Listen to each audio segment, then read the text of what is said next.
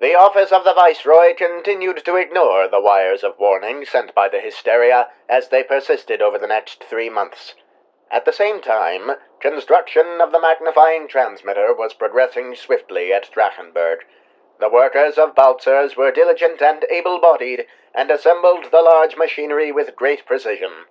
As the work progressed, perhaps it was because of their wish to obey the doctor's instructions without question, or perhaps it was their general lack of familiarity with electrical engineering, but none amongst the workers wondered at the machine's dissimilarity of appearance from a typical Tesla coil as it began to take shape. By mid-August, the tower was complete. Standing over 30 feet in height, the master oscillator section and control unit was housed within a steel-plated frame, while the helical resonator reached above the walls to the rim of the dome ceiling. The discharge terminal was of an unconventional design. In place of the typical sphere or toroid shape, a round port was fitted to the end of the helical resonator, from the top of which extended a small metal sphere at the end of a copper-plated rod, and from the sides of which extended 2 vertical arches, terminating in similar spheres. Despite the transmitter's unconventional design, it operated more than sufficiently. Never before had the power grid of Baltzers been more reliable. The transceivers of every house and building of the village hummed with consistent power. The foundry, mechanists, and sawmill delivered their services and wares with record efficiency. The once dim street lamps shone brightly without fault, and the telegraphy office was awash with eager patrons seeking to send messages to distant friends and relatives. The quaint and rustic village had been given a new breath of life.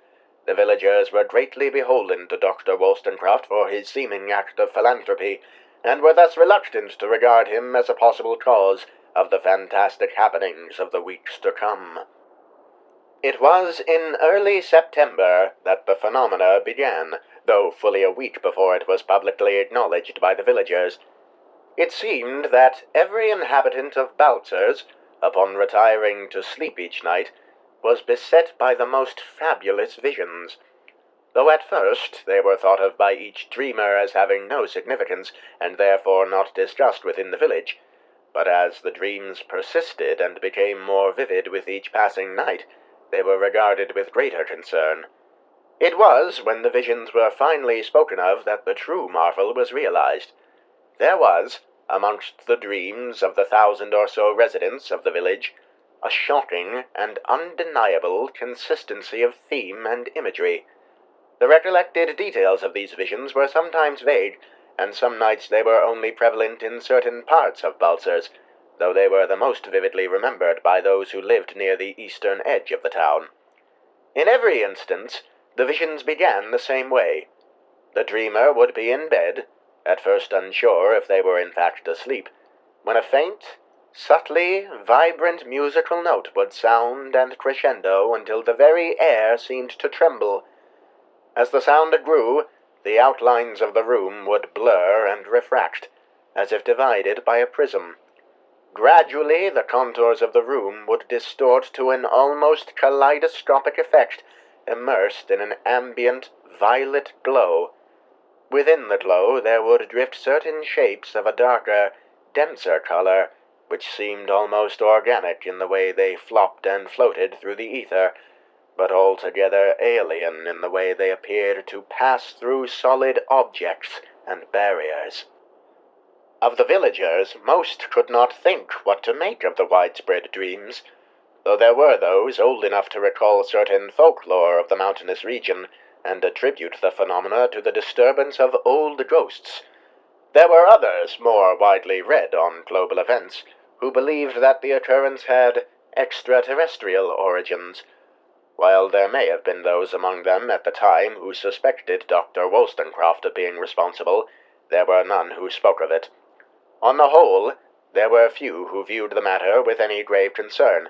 Though the dreams were fantastic and otherworldly in nature, they were not entirely horrible, though there were certainly those who found them more horrific than others. Among these more fearful villagers there was Gunter Kaufman, an inebriate living in a battered hovel on the eastern edge of town, and given to frequent bouts of insomnia.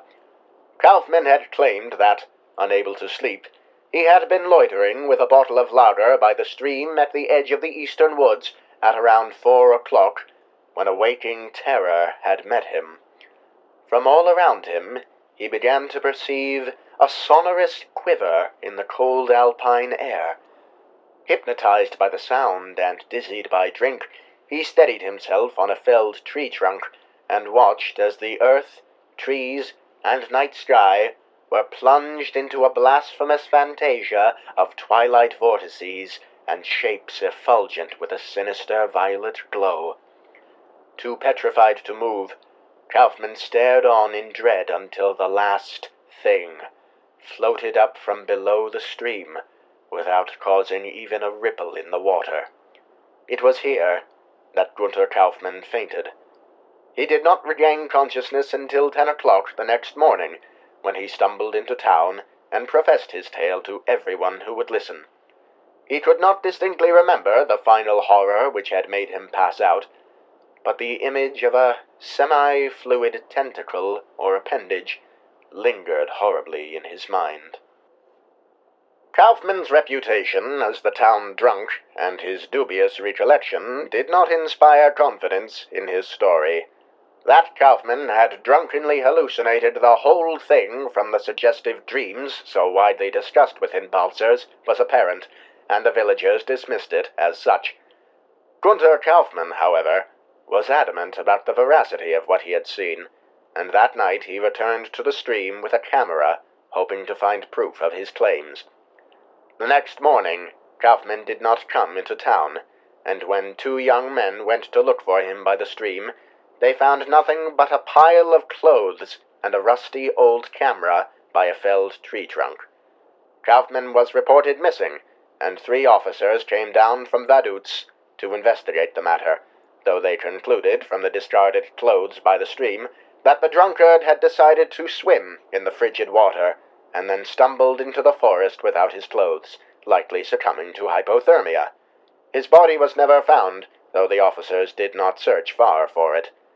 When the old camera was inspected, nothing unusual was found, only a few simple images of the stream and the forest.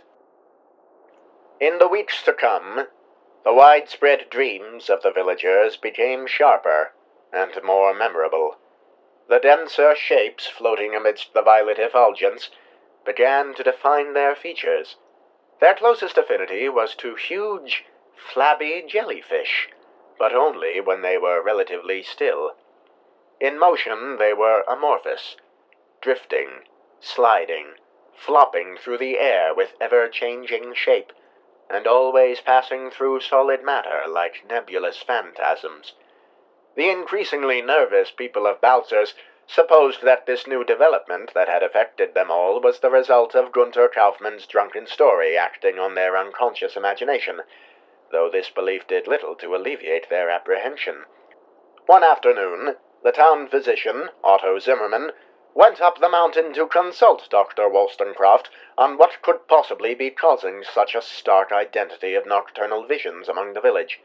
But when he sounded the great iron knocker, the door was answered by the doctor's service automaton, which informed Mr. Zimmermann that the doctor was engaged in research and could not be disturbed.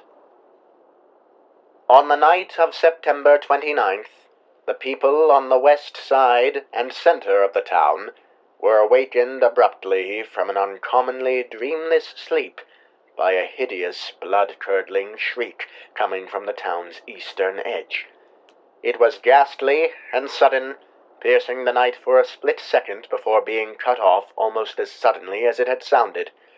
Shaken but sober, a party of men armed themselves with tools and hunting rifles and went to investigate.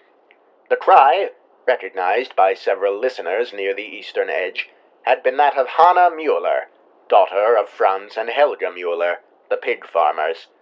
When the men entered the cottage, brandishing their weapons in preparation, they were not confronted by some dreadful, lurking threat, nor by the terrified inhabitants.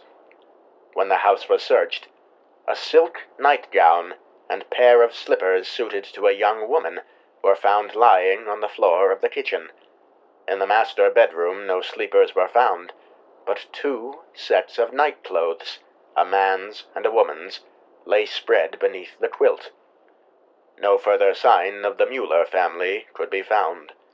When one of the searchers wondered why no one in the neighboring houses had been roused from sleep, and those neighboring houses were entered, a similar scene met them. Heaps of vacant nightclothes lying in beds. This was the case in over 30 houses on the eastern edge of the town. Over 90 villagers of Baltzers had vanished, leaving only their nightclothes behind.